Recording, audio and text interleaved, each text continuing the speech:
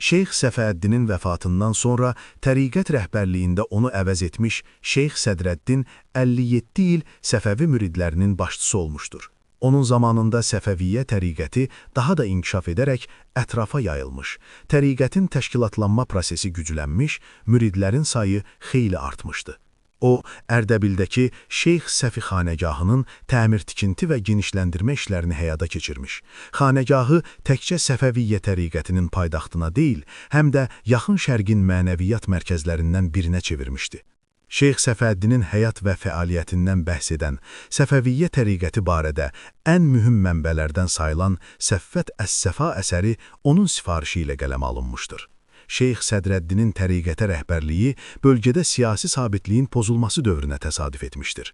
Elxani, Çobani, Cəlairi və Qaraqoyunlu hökmdarlarının çəkişmələri nəticəsində Azərbaycanda tez-tez hakimiyyət dəyişikliyi baş verirdi.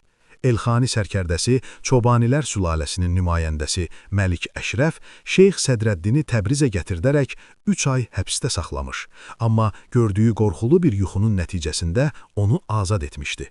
Şeyx Sədrəddin Ərdəbilə qayıtdıqdan sonra Əmir Əşrəf yenidən onu həbs etmək qərarına gəlmiş, bu dəfə Şeyx Gilan istiqamətində qaçaraq həbsdən xilas olmuşdu.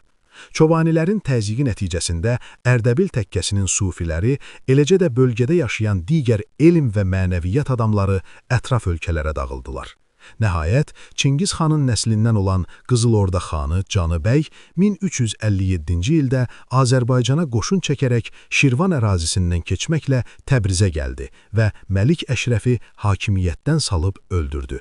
Canı bəy Şeyx Sədrəddinə tapşırmışdı ki, təriqətə məxsus olan bütün mülkiyyətin siyahısını ona təqdim etsin. Qızıl Orda xanı həmin mülkiyyəti soyurğal şəklində Şeyx Səfi xanəgahına vermək və bunu öz möhürü ilə təsdiqləmək fikrində idi. Lakin Canı bəy təcili qayıtdığına görə sənədləri imzalamaq mümkün olmadı. Bundan sonra bölgənin idarəçiliyi Cəlairilər sülaləsinin əlinə keçdi. Cəlairilərin zamanında Ərdəbil təkkəsi bərpa edilərək daha da çiçəkləndi. Sultan Əhməd Cəlairi Şeyx Səfi xanəgahını və Ərdəbildə ona bağlı olan bütün məntəqələri vergilərdən azad etmişdi. Mənbələrdə Ərdəbil camisinin Gürcülər tərəfindən qarət edilib aparılmış Qoşa Qapı tayının geri qaytarılmasını Şeyx Sədrəddinin adı ilə bağlayırlar. Rəvayətə görə, o 2 müridi ilə Gürcüstana gedib qapıları tələb etmiş və Ərdəbilə gətirmişdi. Qapı tayları o zamandan məscidin girişində yenidən öz yerini tutmuşdur. Şeyx Sədrəddin Musanın 3 oğlu olmuşdur. Oğullarından ən böyükü Xacə Əli Siyahpuş, ondan sonra təriqət rəhbərliyinə gəlmiş və 35 ildən çox Səfəviyyə müridlərinə başçılıq etmişdir. Xacə Əli Əlayəddin adı ilə məşhurdur. Kərbəla müsibətinə matəm əlaməti olaraq qara libas geydiyinə görə Siyahpuş ləqəbini qəbul etmişdir. Təriqət təlimini atasından almış, onun vəfatından sonra uzun illər Səfəviyyə müridlərinə başçılıq etmişdir.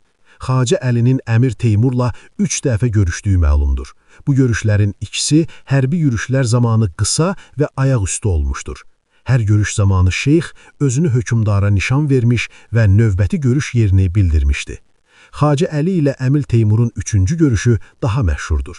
Ankara qələbəsindən sonra xeyli əsirlə birlikdə geri qayıdan Əmir Teymur yolüstü Ərdəbil şəhərində Şeyx Səfi xanəgahını ziyarət etmiş, burada Şeyx Səfinin kəramətlərini yoxlamaq üçün ürəyində 3 niyyət tutmuşdu.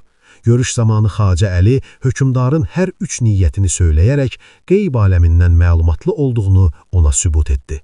Şeyxdən ayrılarkən Əmir Teymur ondan nə istədiyini soruşdu və istənilən xahişini yerinə yetirəcəyini vəd verdi.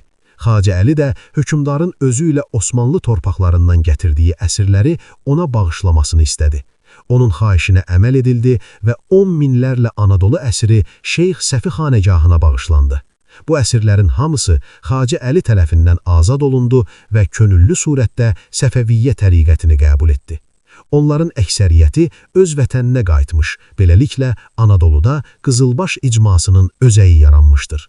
Xacə Əli ömrünün sonlarına yaxın oğlu və canişini Şeyx İbrahimlə birlikdə həccə ziyarətə gedib, geri qayıdarkən özünün qabaqcadan xəbər verdiyi kimi Qüds şəhərində dünyasını dəyişmiş və orada dəfn edilmişdir. Şeyx Xacə Əlinin Şeyx İbrahim, Şeyx Cəfər və Şeyx Əbdürrəhman adlı 3 oğlu olmuşdur. Xacə Əlinin vəfatından sonra Səfəviyyə təriqətinə oğlu Şeyx İbrahim başçılıq etmişdir. Səfəviyyə şeyxlərinin siyasət səhnəsinə qədəm qoymaları Şeyx İbrahim zamanından başlamışdır. Bundan əvvəl təriqətin başçıları yalnız dini maarifçilik və xeyriyyəçilik fəaliyyəti ilə məşğul olmuşlar. Ərdəbildə siyasi hakimiyyət sürməmişlər. Şeyx İbrahim Qaraqoyunlularla ittifaqa girərək 1440-cı ildə Cahanşahın tabeliyi altında Gürcü qalası Samşvildə üzərinə yürüşə qatılmış və Ərdəbilin hakimi təyin edilmişdi.